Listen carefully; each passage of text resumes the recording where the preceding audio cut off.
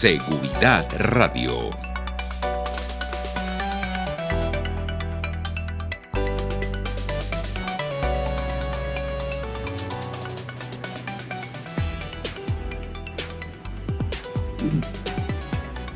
Buenas tardes, tengan todos bienvenidos a su programa Seguridad Radio, un espacio creado pensando en la seguridad de los ciudadanos y las organizaciones. Hoy sábado 27 de junio del 2020, aquí en Radio Caracas Radio, la emisora que se ve.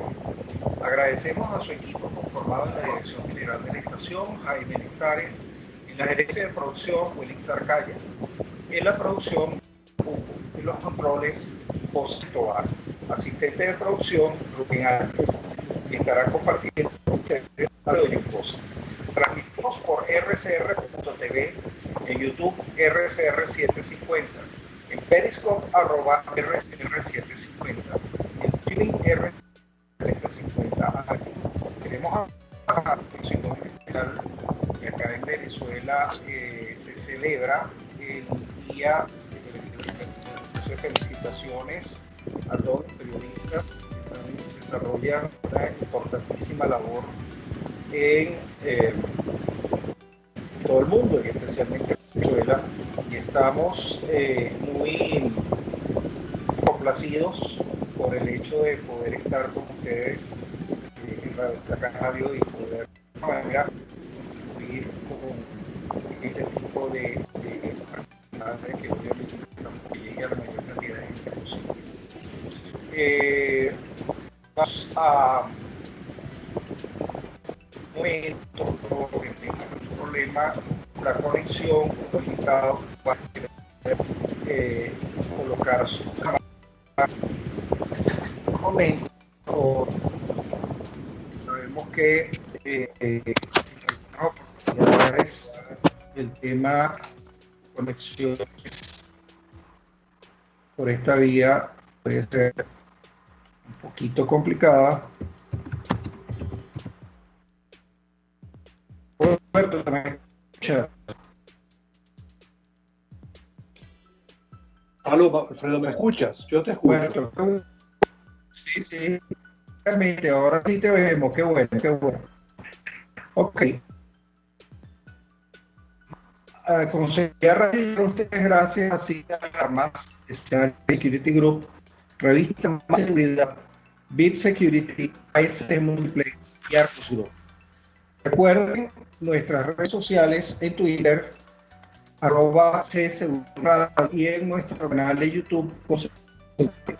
Iniciamos nuestra sección conociendo a los profesionales del gremio de la seguridad.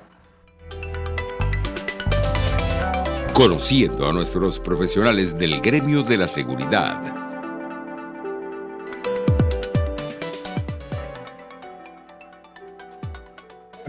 Hoy tenemos con nosotros a Roberto Briceño León, sociólogo, tuvo su doctorado en la Universidad Central de Venezuela, un postdoctorado en el Centro Latinoamericano de la Universidad Saint Anthony's de la Universidad de Oxford, ha sido profesor en la Universidad Central de Venezuela, en la Université Sorbonne Nouvelle París 3, Francia, miembro asociado principal del Saint Anthony College de la Universidad de Oxford, profesor de la Universidad Nacional Autónoma de México y la Escuela Nacional de Salud Pública de la Fundação Fiocruz en Río de Janeiro, Brasil. Es coordinador del Observatorio Venezolano de Violencia, que une a el esfuerzo de 7 universidades venezolanas para estudiar y prevenir la violencia. Tiene 21 libros publicados o editados en diferentes idiomas y más de 180 artículos científicos. Bueno, Roberto, de verdad que es un verdadero placer poder tenerte por acá. Encantado, Alfredo. Encantado de estar con ustedes también. En este momento, Roberto,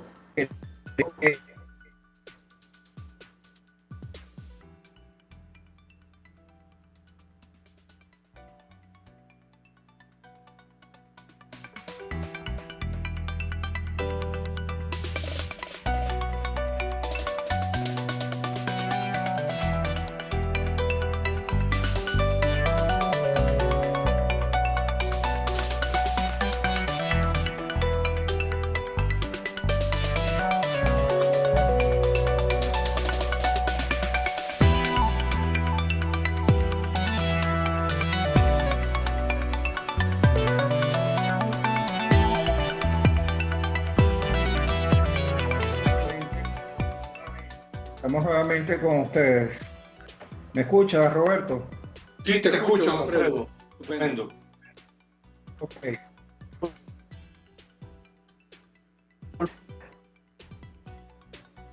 En Brasil en este momento, ¿cierto?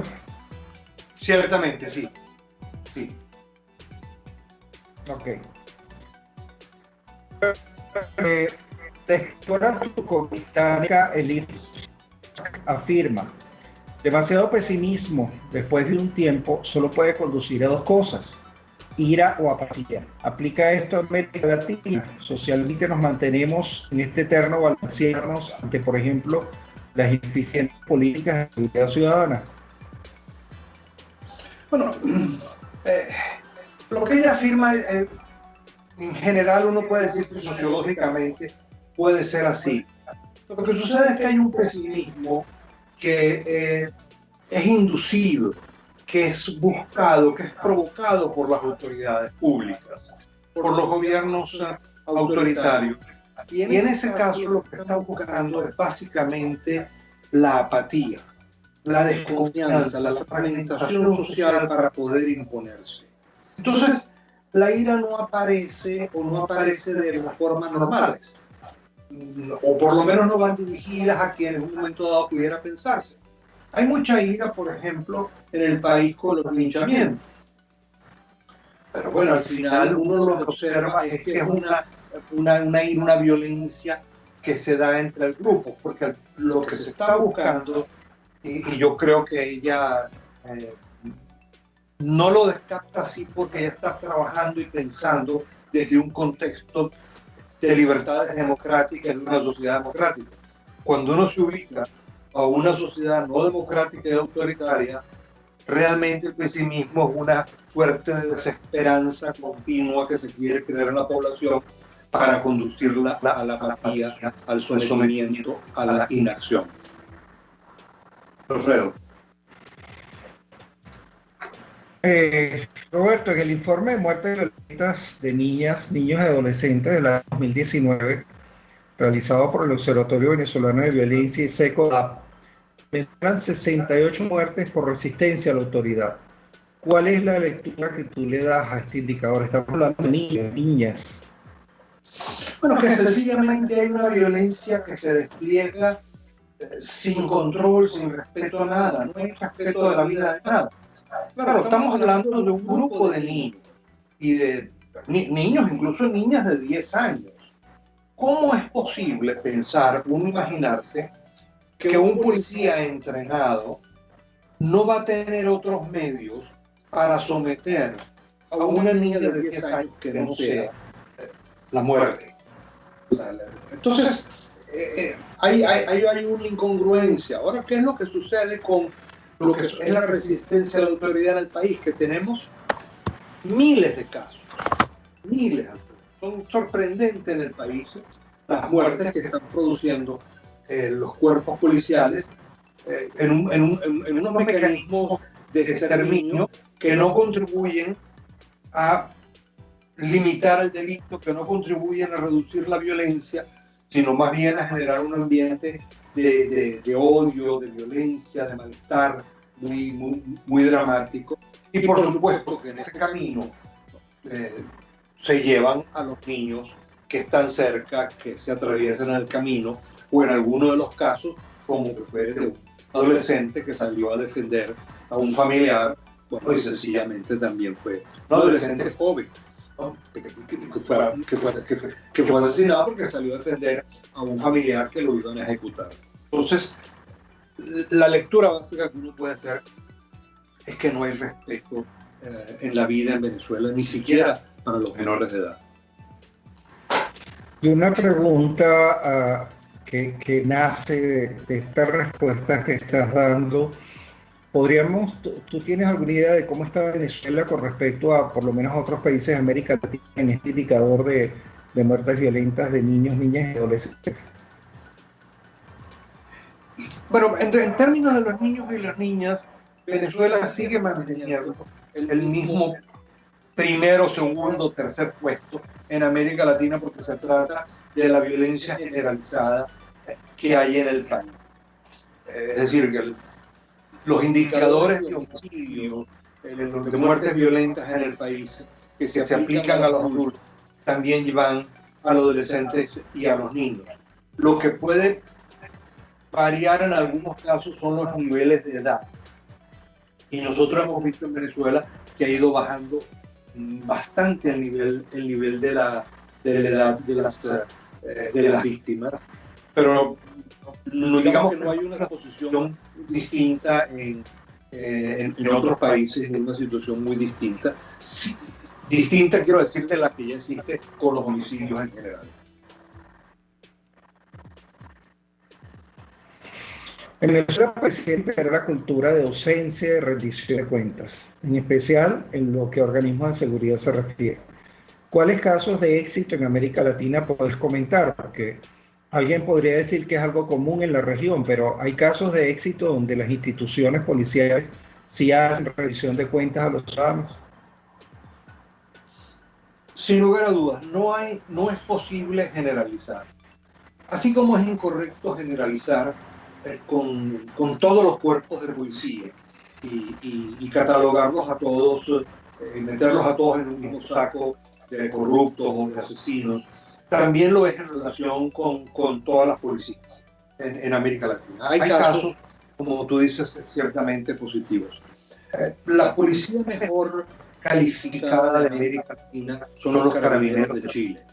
Son los que tienen una mejor aprobación, una mejor vinculación con los ciudadanos. En general, es la policía que tiene un mejor desempeño. Claro, alguien pudiera decir, y con algo de razón, que bueno, es una policía que se desempeña en un país que tiene muy poca violencia y muy poca criminalidad. Realmente Chile hoy en día tiene la tasa de homicidios más baja de América Latina. Es comparable con este momento con Uruguay, que pudieran ser los países más bajos. Entonces, pudiera pensarse que no son un caso ni un buen ejemplo, pero uno tiene yo creo que hay dos ejemplos de éxito de rendición de cuentas, de lo que es la elaboración, de lo que es el proceso de construcción institucional. Y uno muy importante es la Policía Nacional de Colombia, que logró una profesionalización, un trabajo, un proceso de rendición de cuentas, de vinculación con la sociedad, de desarrollo académico de los propios funcionarios. Bueno, y uno ve que eso ha tenido efectos en lo que es la disminución notable de la violencia y de los homicidios en Colombia, de un país que sigue manteniendo guerrillas, paramilitares, y con todo y eso, hoy en día tiene una tasa de homicidios que es la mitad de lo que es Venezuela. Cuando hace 15 años, o de 20 y 40 años, Colombia siempre fue muchísimo más violenta que Venezuela. Bueno, hoy en día los papeles se han invertido y eso tiene que ver con una política de seguridad general en el país, de acuerdo, de consenso social, de continuidad, alcaldías, ciudades que han tenido alcaldes de izquierda, de derecha, del centro, y todos han continuado con una política de seguridad. Entonces, eso me va. Y el otro caso que uno pudiera citar relevante es la policía del estado de São Paulo, en Brasil, que bueno, con un conjunto de medidas del sistema judicial, por control de las cárceles, lograron disminuir notablemente la tasa de homicidios del estado y de la ciudad de São Paulo. El estado de São Paulo tiene 43 millones de habitantes. Estamos hablando de un estado que es mucho más grande que Venezuela. Y São Paulo como ciudad puede estar alrededor de los 16, 18 millones de habitantes. Pero lo lograron disminuir, lo lograron contener. Tienen muchos problemas todavía, los mantienen. Pero hay un proceso de rendición de cuentas, de ajuste. Justamente en relación a la acción policial ha habido unos procesos de control, de rendición de cuentas en relación al uso del arma y al momento de hacerlo. Es decir, ha habido un proceso sostenido de mejorar la seguridad del ciudadano al mismo tiempo que se va mejorando el desempeño de los cuerpos policiales. Alfredo. Roberto, vamos a un acceso comercial y ya regresamos.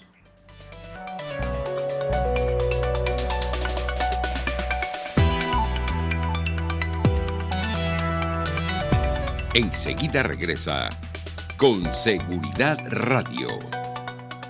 Arcus Group, organización venezolana especializada en consultoría y capacitación en protección y la gestión estratégica de riesgos. Contáctelos al 0212-624-7177 o al 0412-399-3265. Siste Alarmas es la estación central de monitoreo de mayor prestigio en Venezuela. Satisface las necesidades de protección de sus clientes mediante la prestación de servicios de seguridad de óptima calidad a través de la aplicación de tecnología de punta, integración de servicios y personal altamente capacitado. Visite su página web sistealarmas.com. Fuerza que nos activa, fuerza que une a un país que quiere cambio. Mi nombre es Chuo Torrealba y estoy contigo desde las 5:30 de la mañana para que te enteres de todo lo que acontece dentro y fuera de un país en crisis, un país que quiere cambio y libertad. Unidad, la fuerza es la unión, de lunes a viernes desde las 5:30 de la mañana con Chuo Torrealba, solo por RCR, porque lo bueno une. Ellos sí que no saben nada. Y así nos va. El espacio donde se tocan los temas más candentes de interés político y nacional. Y así nos va. En este programa, la picardía y el humor inteligente son los protagonistas. Pura cabilla. Lara y Hernández descosen y revelan los secretos más oscuros del acontecer político. Y así nos va. De lunes a viernes a las 4 de la tarde. Por RCR 750 AM. Ya está de vuelta con Seguridad Radio. Y seguimos con Roberto Briceño León, quien nos está acompañando en este caso desde Brasil. Roberto, en una publicación de la BBC del 15 de junio de este año, se informó que las fuerzas policiales venezolanas presuntamente son responsables del casi el 26% de la totalidad de los homicidios que ocurren en el país. También destacan en el informe a Brasil, México y El Salvador. ¿Se ha propagado en América Latina la cultura de la letalidad policial bajo un manto de impunidad? Yo creo que sí, Alfredo, creo que sí hay ese incremento en el uso de la violencia por parte de los cuerpos policiales. Sin embargo, creo que hay que distinguir entre los distintos países y en lo que ocurre en México o en otros, dos cosas. Por un lado, la magnitud. Ciertamente, en todos estos países hay. Pero cuando uno compara y lo hace sobre una base poblacional, es decir, lo hace como si fuese una tasa, calculando una tasa, uno ve una gran diferencia. Pero si uno calcula en estos últimos años el número de muertos en letalidad policial de Venezuela o de Brasil, encuentra que el número es muy similar, el número de fallecidos a manos de la policía. Sin embargo, cuando uno se va a ver el número de homicidios de población, uno encuentra que Venezuela tiene 30 o menos millones de habitantes y Brasil tiene 213 millones de habitantes. Es decir, hay una gran diferencia. No hay lugar a dudas que en este momento la policía que mayor mata es la policía de Venezuela, o los distintos cuerpos de policía de Venezuela, porque son una variedad de cuerpos especiales, además hay que decir, que han surgido para esa labor, porque esa labor no la está cumpliendo la policía normal, ni en los estados, ni en los municipios, sino en el país. El segundo elemento que creo que es importante distinguir es que hay que ver unos casos que, como abuso policial, y otros como una política del gobierno, de acción policial. Son dos situaciones distintas. Los abusos policiales existen en todas las policías, pueden existir en un momento dado, ¿no? Y eso corresponde a un mal entrenamiento, a una formación, a las tensiones inmensas que a veces viven los propios policías. Hay que señalar esto también, a veces están sometidos a altísima presión, incluso hay casos aquí en Brasil estudiado, hemos estudiado mucho lo que son los suicidios de los policías, metidos a esa tensión. Entonces, bueno, por cualquiera de esas razones que uno quiera ver, pero un asunto es cuando unos policías de manera privada, personal, actúan en abuso y en exceso, y otra es cuando existe una política por parte de los gobiernos. Y yo creo que eso hay una diferencia muy grande entre lo que puede existir en general en países como Brasil, o que puede haber existido en México, a lo que es una política de pronto de Estado, como la que existe en Venezuela, y la que en algunos momentos existió en Centroamérica, con lo que se llamó la política de mano dura, o más de unos años después, la política de mano dura, o sea, sino de mucha mano dura. Pero son formas distintas de hacerlo, y lo que hay que entender este fenómeno. Y yo creo que las preguntas que hay que hacerse en conjunto son: uno, si esa acción favorece, si esa acción ayuda a tener una mejor seguridad ciudadana. Ese es un elemento importante como resultado de lo que está. Y el segundo, si eso verdaderamente contribuye a que se haga cumplir la ley. Porque no es posible tampoco irse al extremo que hemos vivido nosotros en Venezuela, donde por lo que ha existido una gran impunidad, donde no se hace cumplir la ley, ¿no? Pero al mismo tiempo se mata a los delincuentes. Entonces creo que una sociedad, una buena sociedad, una sociedad democrática, ¿no?, tiene que buscar un punto en el cual exista castigo, porque eso es lo que está en las leyes del país, pero que no exista letalidad policial, porque sencillamente en nuestros países no hay pena de muerte. Roberto, en una región latinoamericana expuesta a tantos cambios, con el surgimiento de cada vez más amenazas comunes pero atomizadas, ¿se justifica el mantenimiento de las muchas veces ineficientes fuerzas policiales latinoamericanas? No ha pasado mucho tiempo en que deberían haber sido rediseñadas en conjunto. ¿Cuáles serían las prioridades? Alfredo, yo creo que hay que distinguir varios elementos allí. Las policías, digamos que tienen que haber sido ya modificadas en muchos países. En algunos ya lo empezaron a hacer.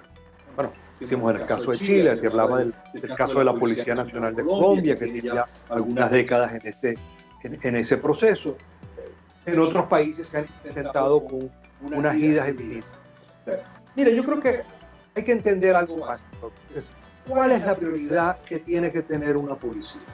La prioridad de la policía tiene que ser la seguridad del ciudadano. ¿Cuáles han sido los grandes problemas? Que las policías han sido entendidas como para la seguridad del Estado, del gobierno, de los funcionarios o del aparato del gobierno en general. Y ahí deforma completamente lo que es la función policial. Si la policía se diseña para proteger al ciudadano, para tener cercanía con él, para defenderlo y fortalecer la sociedad, un tipo de acción es necesario. Por eso hay que diferenciarlo de otro. Los gobiernos tienen que tener cuerpos de inteligencia para su seguridad y la seguridad del Estado. Sí, vamos a diferenciarlo de lo que es la policía, que es dedicada al ciudadano. Porque cuando se mezclan ambas cosas, no funciona. ¿Tienen también que proteger a las empresas y la propiedad? Sí, en parte sí, tienen necesariamente sí, los países sí, esa es su función, defender la propiedad del ciudadano, de la gente y también de las empresas. Pero cuando uno se comienza a esto, las empresas también acuden y tienen muchas posibilidades de generar también a raíz de lo que son las empresas de seguridad, la seguridad privada.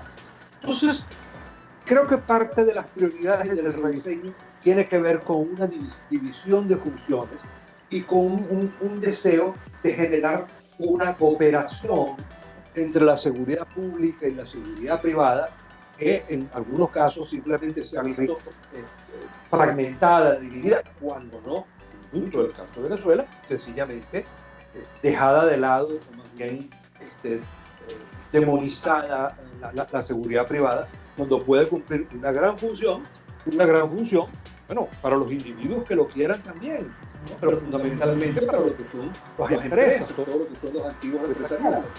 Pero el ciudadano común, el ciudadano de pie, tiene que tener una policía que lo proteja también. Y esa es función neta del Estado y del servicio público, que es un servicio público. Entonces, creo que todos esos elementos es necesario hacer una reformulación de las policías sin ideología, sin grandes prejuicios, sino más bien con un sentido muy práctico y teniendo presente la meta fundamental de la seguridad es la persona, es el ciudadano, y es hacia ahí donde debe orientarse. Roberto, en su oportunidad tuve la fortuna de leer un artículo del cual eres autor que se llama ¿Qué enseña el fracaso en la reducción de homicidios en Venezuela? Allí hiciste un análisis muy interesante del periodo entre 1985 y 2010 y se concluye el artículo que la reducción de los homicidios requiere de una institucionalidad basada en una sensibilidad y unas reglas formales e informales que permitan la construcción de una legitimidad de la diferencia social y del castigo, de una cultura ciudadana que permita un control social de los pares antes que un control penal por el Estado. 10 años más tarde, ¿se ha logrado avanzar en algo? ¿Qué falta? Lamentablemente, Alfredo, y lamentablemente tus amigos oyentes, no se ha avanzado, se ha retrocedido. Se ha retrocedido sustantivamente. La sociedad venezolana es una sociedad cada vez menos institucionalizada. ¿Qué quiero decir con esto? Es una sociedad que cada vez se rige menos por normas, por reglas, por leyes, y se rige por el medalaguismo, por la arbitrariedad del Estado, por la arbitrariedad del funcionario policial o militar que está en la esquina, por la arbitrariedad del Tribunal Supremo de Justicia o del gobierno. Es decir, una sociedad en la cual las leyes, las normas, los acuerdos se fueron diluyendo, se fueron violando, cambian continuamente, y uno encuentra que las leyes van y vienen. En un país donde tenemos dos asambleas nacionales, dos TCJs, donde no hay legitimidad por parte de los funcionarios, desde el primer nivel hasta el de más abajo, donde se destituyó una fiscal y se puso otro fiscal. ¿Cuáles son las reglas? Si eso ocurre allá arriba, el ciudadano piensa, ¿qué le queda? ¿En qué puedo estar yo? Cuando uno se observa que, bueno, a una abogada la agreden porque como abogada alude y dice cuál es el decreto, cómo están las leyes, qué es eso que usted me está intentando hacer, y la respuesta que obtiene es una golpiza. Pero más allá de la golpiza y más allá del abuso allí, bueno, resulta que ahora ella es la indiciada, ahora tiene que presentarse a los tribunales cada regularmente, porque lo que se ha hecho es culpabilizar a las víctimas. Entonces dice, perdón, ¿y dónde están las normas de la sociedad? Bueno, las normas como tales no existen. La norma es la voluntad del poder y la arbitrariedad del poder. Y en la medida en que eso existe, bueno, no hay posibilidad de una sociedad democrática y no hay posibilidad de contención de la violencia y del delito en el país. En varios países de América Latina y en plena pandemia, grupos de crimen organizado se han dado la tarea de suministrar a las comunidades alimentos y hasta servicios de asistencia médica. Esto se ha hecho prácticamente común en varios países en general. Están ganando terreno los criminales ante la ineficiencia de los estados, pero por favor no quiero que me lo respondas ahorita. Vamos a un receso comercial y ya regresamos.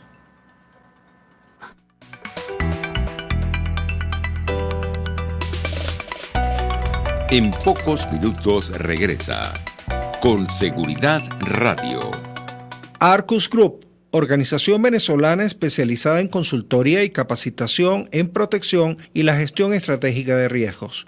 Contáctelos al 0212-624-7177 o al 0412-399-3265. Siste Alarmas es la estación central de monitoreo de mayor prestigio en Venezuela. Satisface las necesidades de protección de sus clientes mediante la prestación de servicios de seguridad de óptima calidad a través de la aplicación de tecnología de punta, integración de servicios y personal altamente capacitado. Visite su página web sistealarmas.com. RCR 750 AM, porque lo bueno une.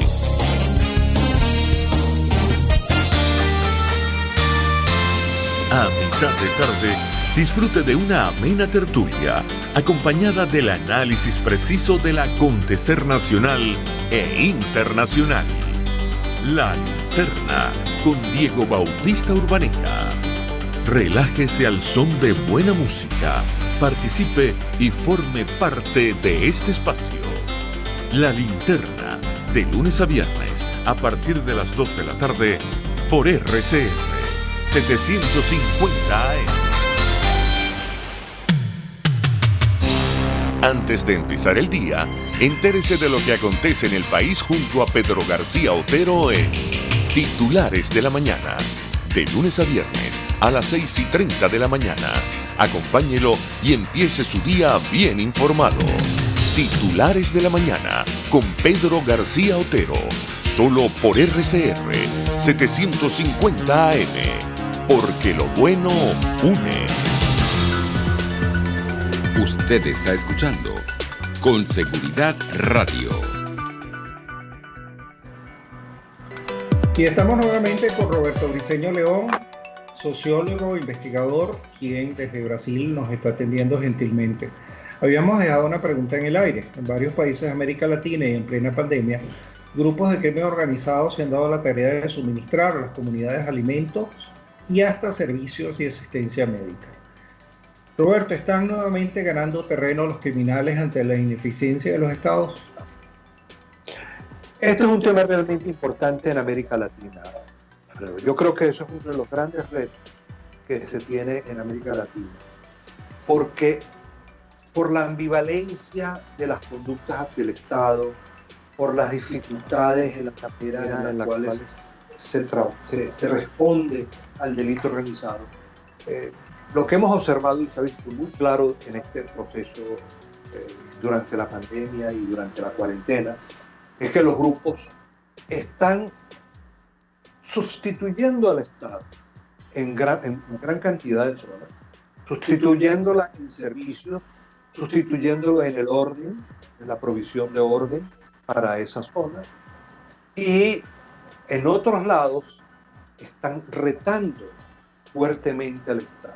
Se están creando zonas y espacios territoriales en los cuales no existe soberanía del Estado, no existe Estado de Derecho, y lo que existe es una cesión del Estado de sus obligaciones hacia estos grupos en unos acuerdos muy dudosos, unos acuerdos que en algunos casos, como dijo el año pasado, a fines del año pasado, el presidente de México, cuando ordenó la liberación del hijo del Chapo Guzmán, que se habían evitado muchas muertes aquel día.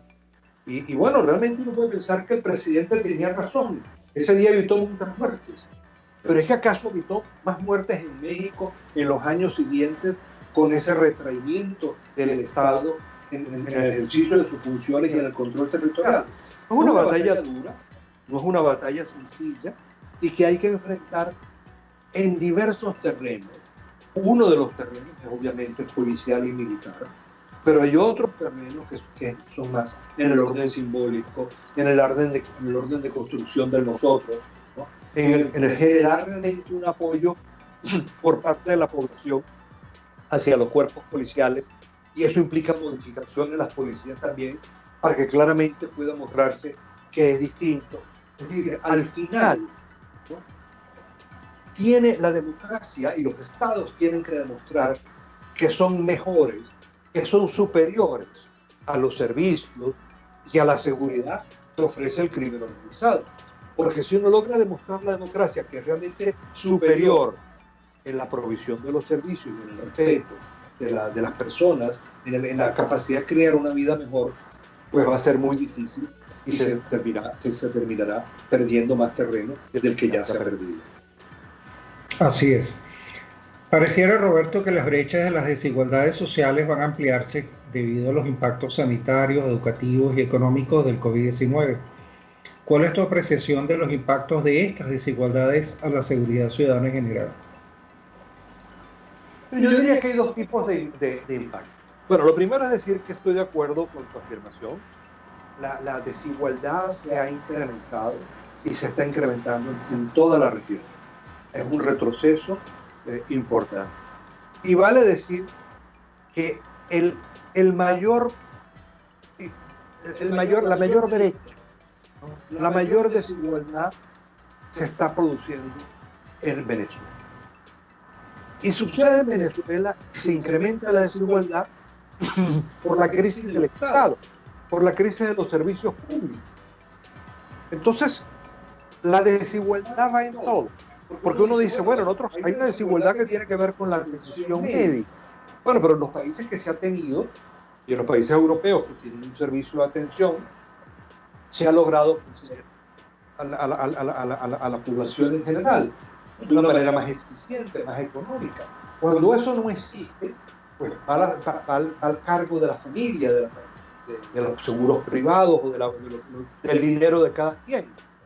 Entonces, allí uno encuentra mayor desigualdad. Entonces tú dices, bueno, y en términos de seguridad, bueno, es lo mismo, ¿no? Nosotros en Venezuela tenemos una inmensa desigualdad creciente por el agua. Bueno, quiere decir, bueno, pero el agua es una batata, el agua, sí, pero resulta que la gente tiene que estar pagando camiones cisterna. ¿Y quién puede pagar el camión cisterna? El que tiene dinero y el que tiene los dólares para pagar el camión cisterna. Bueno, la electricidad en Venezuela ha sido de las más baratas y de lo que está. Bueno, pero la gente está montando plantas, con todos los riesgos que hemos visto, plantas eléctricas en sus casas, en sus oficinas, en sus negocios, a un costo altísimo, pero además, ¿quién puede pagarlo? ¿Quién puede pagar el que compra la planta? Pero seguimos más allá. Ahora, ¿quién puede pagar para comprar la gasolina para ponerle esa planta? Entonces, ¿qué sucede con la seguridad? Que al no existir seguridad y al cuerpo de seguridad estar orientados, privilegiando la seguridad del Estado y no la seguridad del ciudadano, que es lo que comentábamos antes, entonces el ciudadano tiene que empezar a proveerse su seguridad privada. Y en ese sentido, entonces, bueno, hay una inmensa brecha de seguridad. Hay individuos que tienen mucho dinero que pueden, bueno, darse el lujo de tener carros blindados, o que pueden salir a una fiesta con seguridad privada. Está muy bien, ese es ese grupo. Pero resulta que la clase media no puede hacer eso. Y entonces tienen que buscar la manera, medianamente logran en algunos edificios pagar un vigilante de la puerta, que más y en el barrio, entonces lo que hace es que la gente empiece a reunirse, ¿no? a crear sus propias organizaciones, ¿no? O a apoyar su propia banda para que lo defienda de la banda de al lado. Y todo eso es desigualdad en la sociedad. Una sociedad democrática tiene que proveer servicios públicos, agua, electricidad, al costo real.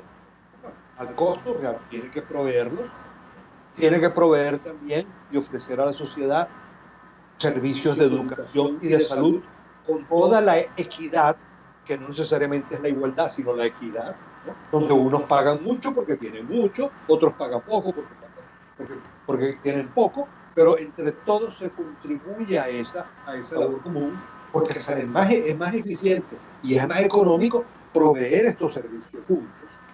Y entonces no solamente tendremos mejores servicios, tendremos agua, electricidad, salud, educación, sino que además tendremos una sociedad más igualitaria y en consecuencia con menos conflictos y más armonía entre nosotros.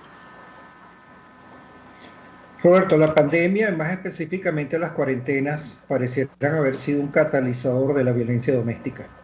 Se reciben noticias al respecto de casi todo el mundo, en especial de Europa y América Latina. No es una evidencia de la vulnerabilidad de las víctimas, la fragilidad del tejido familiar, de la impunidad con la que actúan los agresores. ¿Qué opciones reales deberían llevar adelante las autoridades? Y las autoridades tienen algunas cosas que hacer, pero realmente no muchas. Todo lo que ha sido la legalización, la privatización, la criminalización alrededor de la violencia doméstica ha dado unos resultados. Pero lo que uno ve ahorita, que es un asunto más generalizado, tiene que trabajarse a nivel de la sociedad. Yo creo que hay que hacer todo un esfuerzo y todo un trabajo para el control de todas las formas y las expresiones de la violencia doméstica que se han visto acentuadas. Nosotros en el Observatorio Venezolano de Violencia llevamos un registro de esto en el país. Y lo que hemos podido observar es que ahí hay dos factores que han estado marcando. Uno, bueno, lo que es el encierro, y lo que es el encierro en espacios muy limitados y sin servicios. Entonces, eso además afecta lo que es el encierro psicológico. O sea, la cuarentena tiene un problema, que es que la gente no tiene los recursos de pronto para subsistir, los recursos materiales, pero es que tampoco tiene de pronto los recursos psicológicos para poder resistir, para poder conllevar, para poder darse. Y aquí hay cambios muy singulares que tienen que ver con nuestras sociedades y con lo que afecta a lo que es la casa y el hogar. En la construcción de la vivienda, del hogar en Venezuela, es fundamentalmente el lugar de la mujer. Y el hombre asume que no es tanto su hogar. Recuerdo que desde hace años comencé a hacer mis estudios de terreno en el interior del país y en los barrios de Caracas, en Petare, en Rivas, en 23 de enero, en el observatorio. Me llamaba la atención alguna expresión de algunos hombres que decían: le voy a construir una casa para mi esposa. ¿Cómo es que se construye una casa para su esposa? Se construye una casa para la familia, para todos. Pero en ese comportamiento, el hombre llega solamente en la noche, los fines de semana no se la pasa ahí porque sale con los amigos o sale después a tomar o a jugar. El hogar no era el espacio de él. ¿Qué es lo que ha pasado en este tiempo de la cuarentena? El hombre ha entrado en la casa. Y ha entrado y está permanente en la casa. Entonces, un fenómeno que nosotros habíamos visto y habíamos incluso analizado y publicado, varios artículos publicados sobre esto hace unos cuantos años, con el desempleado, que el desempleado queda fuera del trabajo y regresa a la casa y se pasa todo el día en la casa. Entonces empieza a observar toda una dinámica en la casa que normalmente no observaba, y empieza a introducirse en esa misma dinámica y se genera un mundo de conflictos internos allí muy fuerte. Ahora hay un componente de orden ya material que tiene que ver con la violencia familiar y con los niños, que ha sido muy dolorosa en el estudio en este tiempo, que son los conflictos que se generan por la poca comida que hay en el hogar. Es algo muy terrible, violencia ejercida por los niños que se despiertan con hambre en la noche y van a la nevera y comen toda la comida que era para toda la familia del día siguiente, y eso genera una violencia interna. Es decir, es algo muy duro. Así como debo decir que también nuestros estudios reportan una gran solidaridad, una inmensa solidaridad en esa familia, los padres que deben de comer para que puedan comer sus hijos.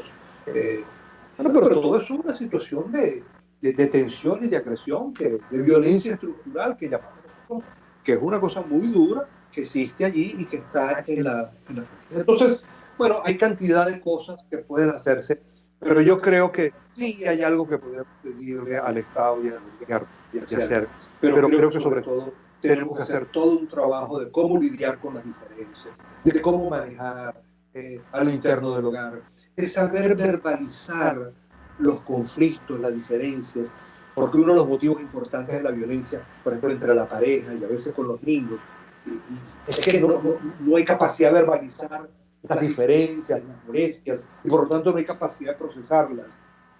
Y cuando no se lo logra tratar, y eso lo sabemos en las ciencias sociales, pues entonces se traduce en actos lo que no se dice con palabras. Entonces hay todo un esfuerzo que tenemos que hacer como sociedad, y que esta terrible circunstancia de la pandemia y de la cuarentena nos atrae la atención de que ahí hay programas importantes que debemos desarrollar también para poder construir una sociedad mejor, que es posible hacerlo, pero que requiere de la cooperación y del esfuerzo de todos.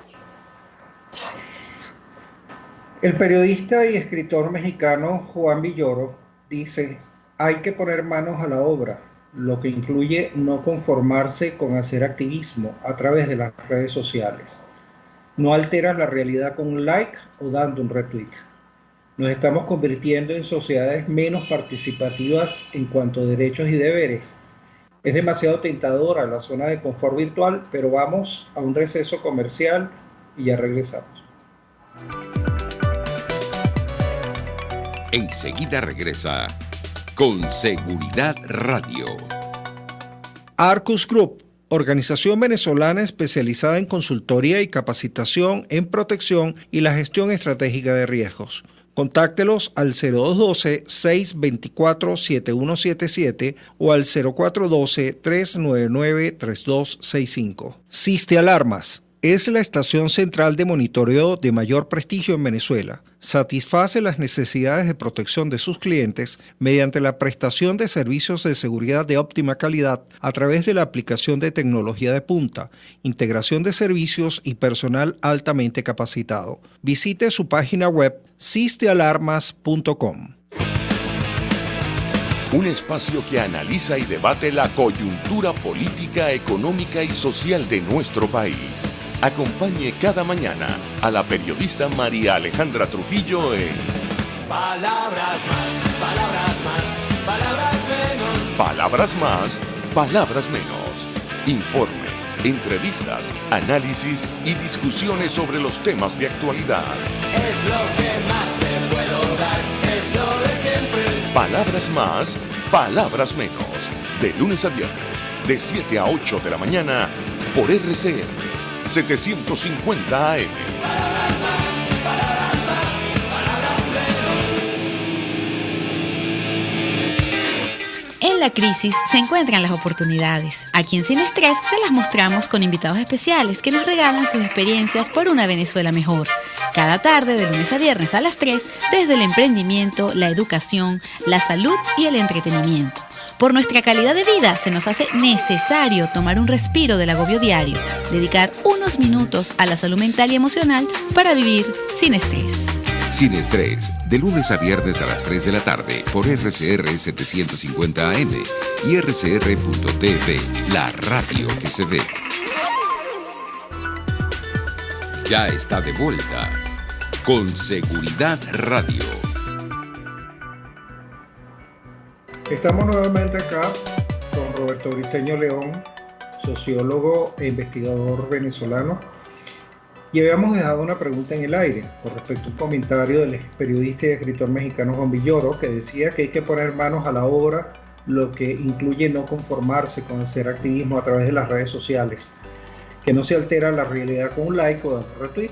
Preguntábamos que si nos estamos convirtiendo en sociedades menos participativas en cuanto a derechos y deberes, en cuanto a si no es demasiado tentador la zona de confort virtual.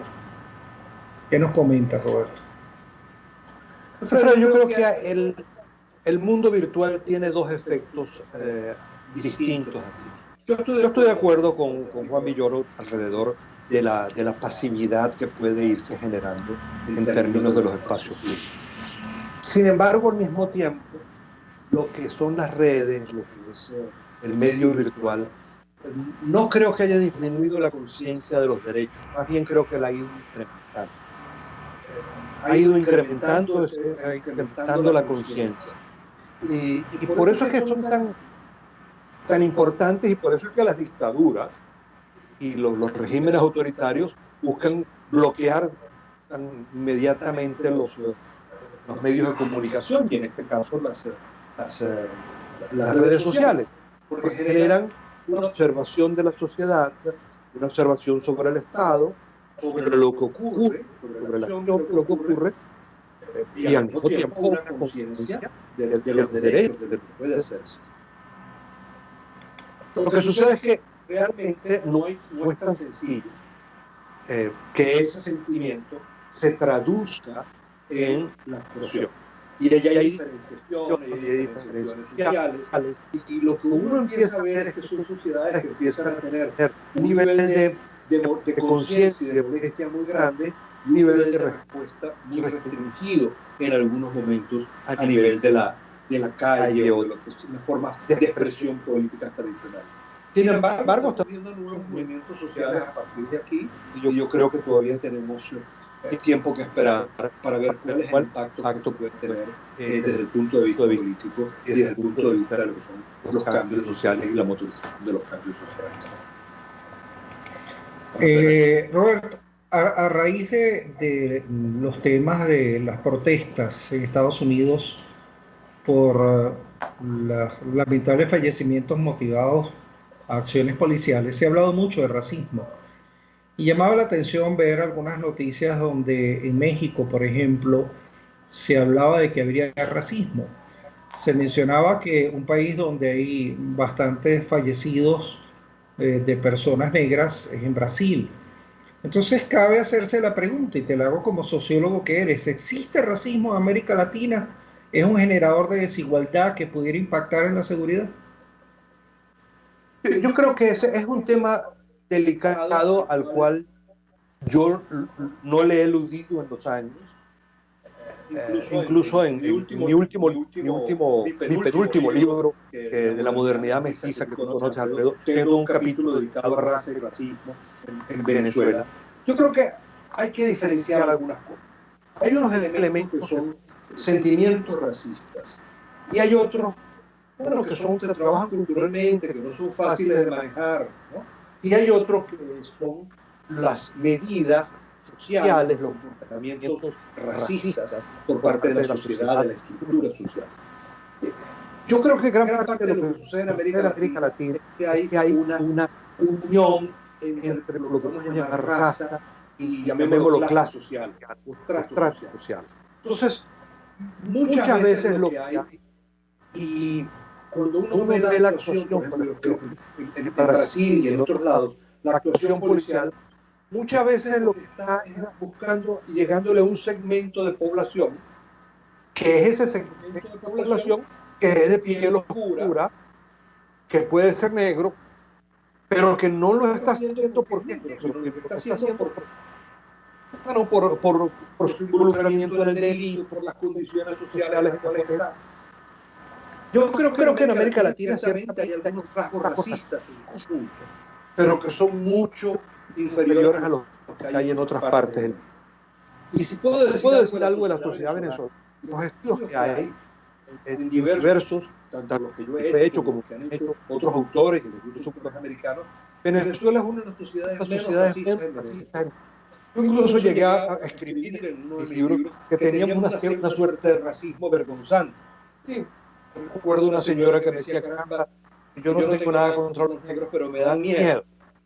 Bueno, es muy difícil esos elementos allí, porque empiezan a estar la gran fuerza de América Latina, que creo que se está perdiendo en todo este movimiento, es el mestizaje. Nosotros hemos tenido mestizaje. La América Latina que viene de España y que viene de Portugal mestizó, se unió, y eso da unas inmensas diferencias. Y eso no es nada similar a lo que ocurre, lo que ha ocurrido en Estados Unidos, ¿no? Donde la situación del racismo es un elemento reciente. Leí hechos históricos en este tiempo. El primer matrimonio interracial celebrado en el territorio de hoy es Estados Unidos, ¿no? Se celebró en 1565 entre un español y una negra libre. Porque desde 1500 y algo estaba permitido los matrimonios interraciales en América. La corona española los permitió, pero en Estados Unidos había estados que hasta 1967 no tenían permitido el matrimonio interracial. Entonces, mezclar todo, meter todo, lo que me parece que ahorita es un manejo político, intencional, perverso de lo que se está haciendo, y que hay que cuidar mucho sobre lo que es y lo que nos puede hacer una sociedad mejor. Yo respeto mucho, apoyo, tengo todo lo que es los movimientos culturales negros de América Latina, y los he acompañado en muchos lados, ¿no? Y en Venezuela también. Pero que me vengan a convertir eso en un problema del racismo al revés, un problema de los afro-venezolanos. Bueno, ya creo que es intencional y distinta, ¿no? Como bueno, uno puede decir en Sudáfrica, bueno, hubo todo un racismo muy brutal y muy absurdo, ¿no? Hasta el apartheid. Pero bueno, en la actualidad hay movimientos en Sudáfrica que lo que están planteando como consigna es killing the whites. Mátenlo. ¿Cómo es eso? ¿Es que acaso podemos construir una sociedad mejor así? Entonces yo creo que hay que hacer todo lo posible por disminuir cualquier rasgo de segregación, de diferenciación racial, que hay que buscar ser mucho más inclusivo en todas nuestras sociedades, ¿no? Pero que la inclusión sea, bueno, por los méritos, por el trabajo, por el esfuerzo, por la bonomía, por la buena calidad, y no por lo que está. O sea, yo creo que la violencia policial es criticable en cualquier condición, y la violencia policial contra un grupo étnico cualquiera, o político cualquiera, como pueden ser los negros, ¿no? en Estados Unidos, como pueden ser las etnias en Myanmar, ¿no? Como pueden ser los políticos, los jóvenes políticos que protestan en Hong Kong, ¿no? o en Venezuela, o grupos religiosos los grupos religiosos en otros lados del mundo. O sea, yo creo que todo eso es ahora, convertir algunas de estas víctimas en héroes sociales, no lo creo, porque no lo son realmente un héroe social.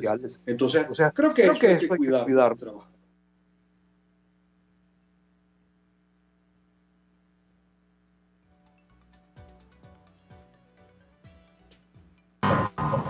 Perfecto. Bueno, Alfredo, que se nos cortó la comunicación. Sí, hombre. Yo creo que tenemos que buscar no acentuar lo que es la división de razas. Eso no existe, la raza no existe. Todos somos la raza humana. Que tenemos colores distintos, que hemos sido pintados distintos por la naturaleza, por la historia, por el clima. Eso no hay que buscar eso. Lo que hay que buscar más bien es hacer un esfuerzo en el mestizaje. Y yo creo sistemáticamente, y lo sostengo, que el mestizaje es una de las grandes herramientas que tenemos para superar lo que son las diferencias o las que puedan existir, o los prejuicios que puedan existir en nuestras sociedades, que insisto, son mucho menores en América Latina, existen, hay que buscar evitarlas, hay que buscar que los procedimientos policiales sean distintos, que muchas veces trabajan como tú y lo sabemos, y mucho de tu audiencia especializada lo sabe, que trabajan con estereotipos. Hay que buscar que esos estereotipos busquen tener algunos otros elementos, y no sencillamente las cosas más simples desde el punto de vista racial, sino que puedan generar una cosa mucho más sofisticada para orientar mejor la actuación policial. Pero lo que hay que buscar, cualquier cosa que se haga, y lo digo en relación por lo menos con lo que es la violencia policial, igual con el racismo, cualquier política pública que se haga, lo que hay que tener en mente no es solo solucionar el problema o la situación del momento, sino pensar siempre si esto contribuye a que la sociedad que queremos construir sea mejor, o si simplemente lo que hace es empeorar los problemas en vez de resolver. Bueno, Roberto, muchísimas gracias por tu tiempo. El tiempo se nos ha hecho lamentablemente muy corto y bueno, adicionalmente estos problemas de conexión típicos de estos días al utilizar las bondades de la tecnología, pero hay veces tiene sus problemitas. Hemos llegado al final del programa. Me despido agradeciendo principalmente a Radio Caracas Radio y a nuestro invitado Roberto Briceño León por estar con nosotros. Roberto, no sé si quieres algunas palabras finales. Alfredo, yo lo que creo que hay que decirle a nuestra audiencia es que esta suma, esta catarata de problemas que hemos revisado en esta hora de tu programa no son una maldición del cielo.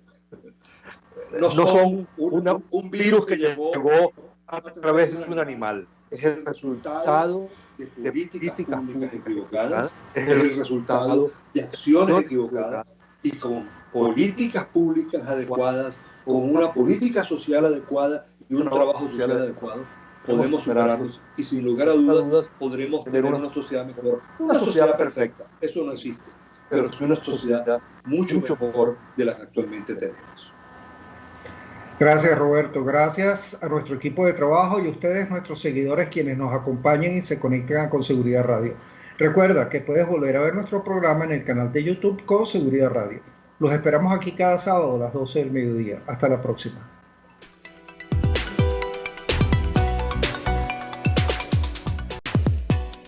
RCR presentó Con Seguridad Radio. El programa especializado en la protección de los ciudadanos y las organizaciones. Este programa fue presentado por Arcus Group, Siste Alarmas.